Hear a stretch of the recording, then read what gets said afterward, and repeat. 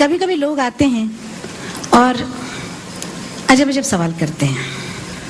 जैसे एक आदमी ने आके मुझे कहा, आशा जी आप कब से गा रही हैं? मैंने बड़े से कहा, मैंने कहा मैं जी गाती हूँ, कोई 43 में पहला गाना गाया था, 47 से फिल्म गा रहे, 54 साल हो गए, 50 और 4 साल आपको हो गए। अच्छा तो आप क्या मंगेशकर हैं? जी हाँ मैं मंगेशकर हूँ, शादी के बाद भोसले हुई हूँ। हम 5 हैं, एक मेरा भाई और हम 4 बहनें, मैं तीसरे नंबर पे हूँ। ओह अच्छा अच्छा, इनको पता ही नहीं है दुनिया का। कितने बच्चे? क्यों, आप क्या सर्वे करने आए मेरा? अब आप पूछेंगे उम्र क्या है, हाँ मैं वो पूछने वाला था। मगर ज्यादा तो नहीं है, अभी इस सितंबर में 68 चल रही है।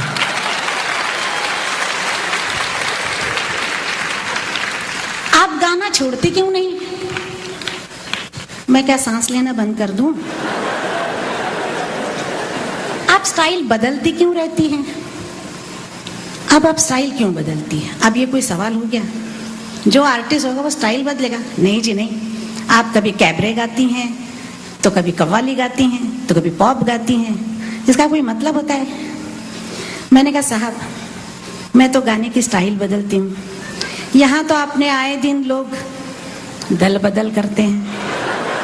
ये अपना एरिया छोड़ के कोई कांग्रेस को ज्वाइन करता है, कोई किधर भाजपा को ज्वाइन करता है। मैं तो गाना ही बदलती हूँ और तो कुछ नहीं करती हूँ। मैंने उनसे कहा कि इस रंग बदलती दुनिया में, इस रंग बदलती दुनिया में हमको भी बदलना पड़ता है। हम तो आर्टिस्ट हैं, हमको तो बदलना पड़ेगा। ये सब बाद में मैंने सोच में पड़ गई कि वाकई मेरी अपनी स्टाइल क्या है। जब मैं फिल्म इंडस्ट्री में आई थी तब आपको मैं बताती हूँ, एक से एक बढ़िया गाने वाली थी। जैसे नूरजहान आपा, लता मंगेशकर, शमशाद बेगम, गीता दत्त, रॉय। मेरे जैसे लड़के को कौन चांस देता है? मैं सोचती रहती थी क्या करूं। मैं आपको उनका सिर्फ स्टाइल बताती हूँ, मैं किसी की नकल नहीं करती हूँ, लेकिन स्टाइल क्या होता है। अब उस स्टाइल से बचना था मेरे को। वो स्टाइल देखिए, बुलबुला मैं तेरे यहाँ आंसू बहाना है मना।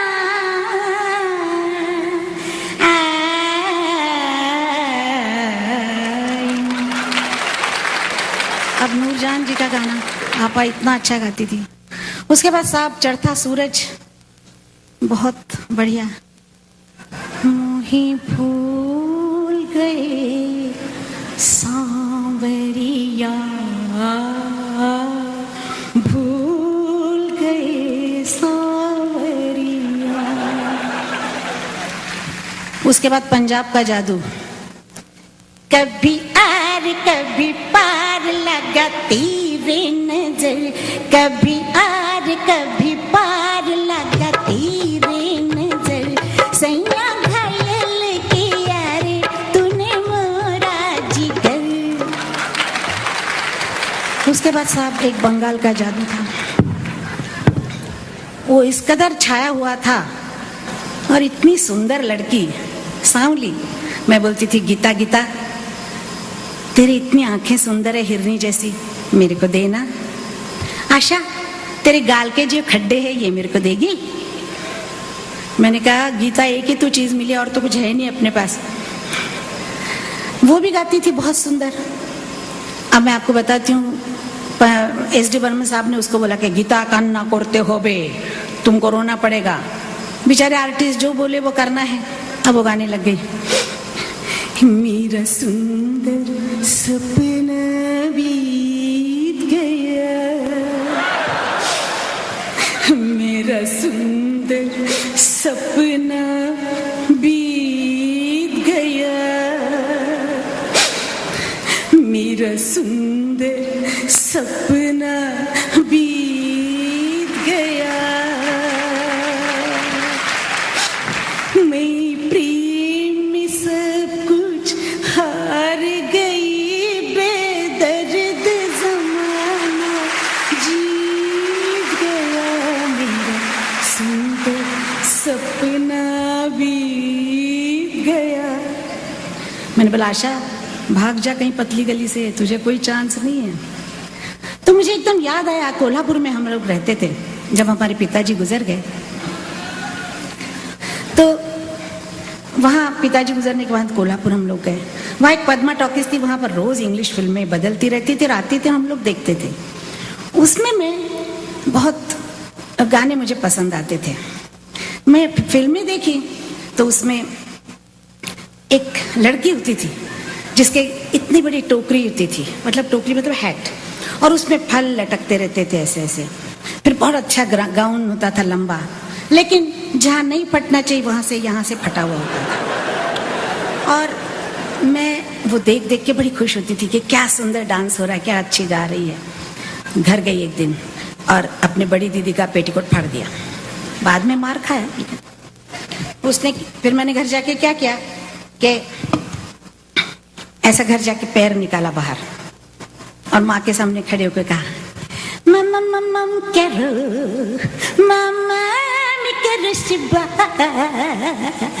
खाना देते कमा, खाना देते कमा, खाना खाना खाना खाना रप। ऐसे जोर से पड़ी कि माँ की कांच की चूड़ियाँ खड़ से टूट के गिर गई। वैसे मेरी माँ बहुत मारती थी, मेरे को नहीं, दीदी को। लता दीदी बड़ा मार खाती थी, हमें बड़ी मजा आता था, हम देखते रहते थे कि अच्छा पढ़ रही है। इसीलिए शायद लता मंगेशकर इस दुनिया को मिली। वो मार माँ का जो खाता है वही बड़ा होता है। जिसको माँ का मार नहीं मिला वो बदकिस्मत इंसान होता है। खैर, माँ ने मुझे मारा और कहा बदतमीज, मराठी में बोला, बदतमीज हमारे होता नहीं, शर्म नहीं आती तुझे, तुला शर्म वाटत नहीं, तुझा बाप इतना चांगला गाणारा, तुम्हारे पिताजी इतना अच्छा क्लासिकल गाते हैं, तुम्हारी बहन देखो तानपुरा लेके कितना रियाज करती है और तुम होके या करती हो। मैंने सुनी अनसुनी कर दी क्योंकि गाना पसंद था मुझे। उसके बाद जब बॉम्बे में आए हम लोग तो बहुत सवाल आप पढ़ा के अभी क्या करना है, वो गाना याद था। फिर मैंने कैथरीन वेलेंटिना को सुना, ला ला ला ला ला ला ला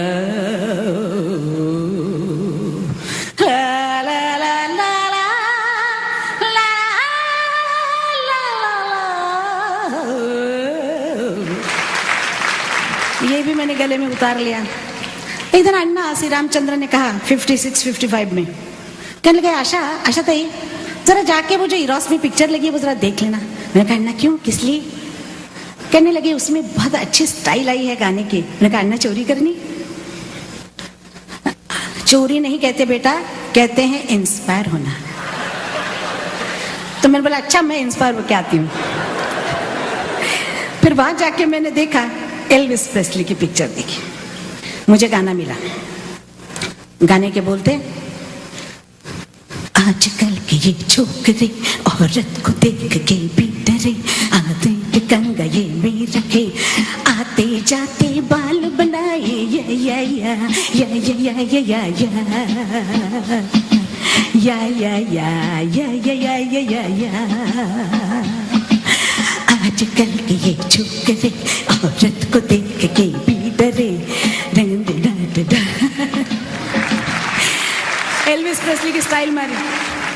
ऐसे करते करते करते मैंने देखा कि एक दिन लोगों ने मुझे कहना शुरू कर दिया कि वाह आशा तो वर्सटाइल आर्टिस्ट है। और ये आशा की स्टाइल है, चोरी नहीं है, इंस्पायर होके किया। के लिए निकलती हूँ तो अपनी बड़ी बहन लता दीदी के पास जाती हूँ और मैं उसको कहती हूँ कि दीदी मेरे गाने देख लो। इस बार क्या हुआ कि मैं उसके रूम में गई, बेडरूम में ठिक ठिक ठिक करके अंदर घुसी, देखा अगरबत्तियों के धुआं, इतना धुआं जैसा ये ऊपर से आ रहा है, ऐसा धुआं ही धुआं था।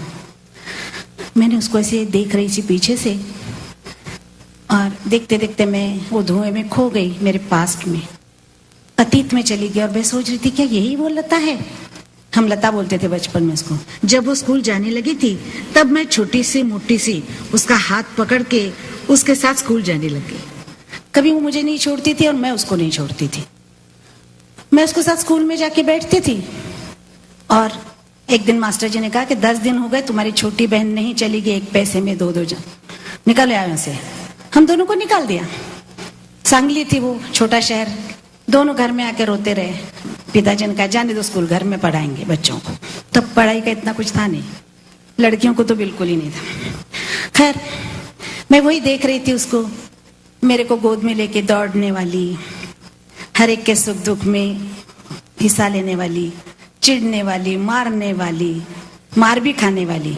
जब उसके लंबे लंबे बाल माँ लेके चोटी बनाती थी तो जरा उसको पसंद नहीं, उसने गर्दन हिले तो माँ थाड़ से देती थी।